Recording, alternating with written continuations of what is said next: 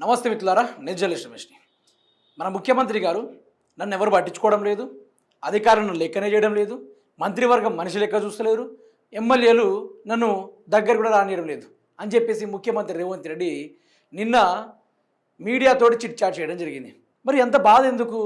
మన ముఖ్యమంత్రిమే కదా, మన నల్లమల్ల పురులం కదా, ఆషామాషిగా రాలే కదా, ఒక్కొక్కరు తొక్కుకుండా వచ్చినాం కదా.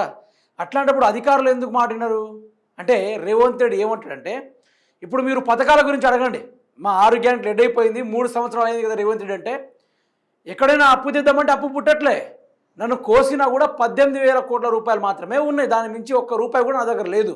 ఎక్కడైనా బ్యాంకు దగ్గర పోయి నేను అప్పు తీసుకురావాలంటే వాళ్ళను దొంగ లెక్క చూస్తున్నారు అని ముఖ్యమంత్రి రేవంత్ రెడ్డి మాట్లాడుతాడు. నిన్న చూసుకుంటే నన్ను అధికారులే పట్టించుకోవడం లేదు.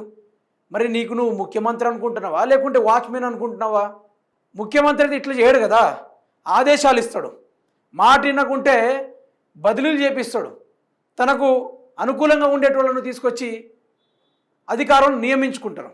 ఇప్పుడు మీరు రాజ్యసభ పదవిలో వేం నరేందర్ రెడ్డిని గారిని, మీ సలహాదారుగా ఫహీం ఖురేషిని కానీ, మీ బామ్మర్దిని సృజన్ రెడ్డిని బొగ్గు స్కామ్లు కానీ, ఇట్లాంటి వాటిలో మీరు పెట్టుకోలేదా? అట్లాంటిదే అధికారులు ఎందుకు మాట వినలేరంటే ఢిల్లీ నుంచి ఆదేశాలు వచ్చినట్టున్నాయి. వాళ్ళకు కూడా అర్థమైనట్టుంది సినిమా వాళ్ళకు కూడా అర్థమయ్యి ఈయనకేమి ఇద్దామా అనుకుంటా, ఈయన చెప్తానే వినాలా, ఈయన చెప్పేది అన్ని కబ్జా కోరులు తప్ప వేరే ముచ్చట్లేదని చెప్పేసి అధికారులు చేతులు ఎత్తేస్తున్నారు. దేనికోసమట రేవంత్ రెడ్డి బాధ ఏంది? ఇప్పుడు మీరు చూడండి, అధికారులు నా మాట వినడం లేదు, నేను సూచనలు చేసినా పట్టించుకోలేదు, నిర్లక్ష్యంగా వ్యవహరిస్తున్నారు. వర్షాలపై జూన్ 1న సూచనలు చేశాను, జూన్ 9న కురిసిన వర్షంతో జనం ఇబ్బంది పడ్డారు, నేను చెప్పినా వినకపోతే ఎలా? అధికారుల మధ్య సమన్యాయ లోపం, ఇప్పటికైనా అంతా కలిసి పని చేయండి. అధికారులతో సీఎం రేవంత్ రెడ్డి. వాతావరణ శాఖ హెచ్చరికలు జారీ చేసినప్పటికీ మున్సిపల్, పోలీస్, ట్రాఫిక్ సిబ్బంది అప్రమత్తం కావడం లేదని సీఎం రేవంత్ రెడ్డి ఆగ్రహం వ్యక్తం చేశారు. ఆదివారం హైదరాబాద్లోని ఎంసీఆర్ హెచ్ఆర్డి బోధి పెవిలియన్లో వర్షాలు, ప్రకృతి విపత్తులపై ఉన్నత స్థాయి సమీక్షా సమావేశం నిర్వహించారు. ఈ సందర్భంగా రేవంత్ రెడ్డి మాట్లాడుతూ, వర్షాకాలం ప్రారంభమవుతున్న సందర్భంగా జూన్ 1వ తేదీన సమీక్ష నిర్వహించి స్వయంగా నేనే సూచనలు చేశానని గుర్తు చేశారు. అయితే ఒకటి పని చేయాల్సింది ముఖ్యమంత్రి రేవంత్ రెడ్డి గారు, అన్ని శాఖలు మీ దగ్గర పెట్టుకుంటే అధికారులకు కూడా కొంచెం అర్థం కాదు. హోంశాఖగా చెప్పాల్సింది పోయి మీరు మున్సిపల్ శాఖ చెప్తున్నారు, మున్సిపల్ శాఖగా చెప్పాల్సింది పోయి మీరు విద్యాశాఖగా చెప్తా ఉన్నారు. ఇట్లా రకరకాలుగా చెప్తా ఉంటే అధికారులు ఎటు పోవాలో వాళ్ళకి అర్థం కావట్లేదు. ఫస్ట్ ఎవరి దగ్గర ఉంటే గింటే 2 మంత్రి పదవులు ఉంచుకోవాలి, కానీ ఉన్నదంతా నా దగ్గరే అంటే మున్సిపల్ శాఖ నీదే, హోంశాఖ మీదే, విద్యాశాఖ మీదే, అన్ని శాఖలు మీ దగ్గర పెట్టుకొని ఏం లాభం? ఈరోజు అధికారులు నా మాట వింటారు అంటే ఎట్లుంటారు? నీ మాట ఎట్లుంటారు?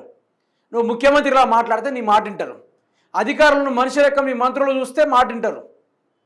మీ అధికారులేమో ధమ్కీలు ఇస్తారు, మీ అధికారులేమో కలెక్టర్ని సైతం చూడకుండా ఇష్టానుసారంగా తిడతారు. ఇట్లా జరుగుతూ ఉంటుంది తెలంగాణ రాష్ట్రంలో. అట్లా జరిగినప్పుడు ఏ అధికారి మీకు విలువనిస్తాడు? సపోజ్గా గత ప్రభుత్వ కేసీఆర్ పరిపాలన చూసుకుందాం. కొత్తగా ఏర్పడిన రాష్ట్రం, కొత్తగా కలెక్టర్ల నియామకాలు, కలెక్టర్ ఆఫీసులు కట్టడాలన్నీ జరిగినాయి. అధికారులు కేసీఆర్ ఒకటేసారి చెప్పిండు, సీజన్లు బట్టి మీరు మూవ్ అయిపోండి, సమస్యలను బట్టి మీరు ఫార్వర్డ్ అయిపోండి, ప్రజలు కోరక ముందే మీరు పోయి నిలబడండి అని చెప్పేసి కేసీఆర్ ఒక మాటతోటి చెప్తే అధికారులు మళ్ళీ తిరిగి రాలేదు. ఆ 10 ఏళ్ల పరిపాలనలో వాళ్ళు చకాచక్యంగా వాళ్ళ పని వాళ్ళు చేసుకున్నారు. కానీ రేవంత్ రెడ్డి పరిపాలన రాగానే ఎందుకు ఇట్లా చేస్తున్నారంటే రేవంత్ రెడ్డి మాట తీరు కావచ్చు, అధికారులను ట్రీట్ చేసే విధానం కావచ్చు, ఆయన మొత్తం పనికిరాని వ్యవహారాల్లో తలదూర్చుడు కావచ్చు, ఇప్పుడు ఒక మంచి పని ఒక గ్యారెంటీ ఇవ్వాల్సింది పోయి కబ్జాలు పెట్టే కార్యక్రమాలు కావచ్చు, ఇవన్నీ చేయడం వల్ల అధికారులు మాటిన్నారు. ఏ లెక్కన వింటారు? ఇక మంత్రులు అయితే ఆయన ఆధీనంలో లేరు, అసలు మంత్రులు ఆయన మాట వింటలేరు.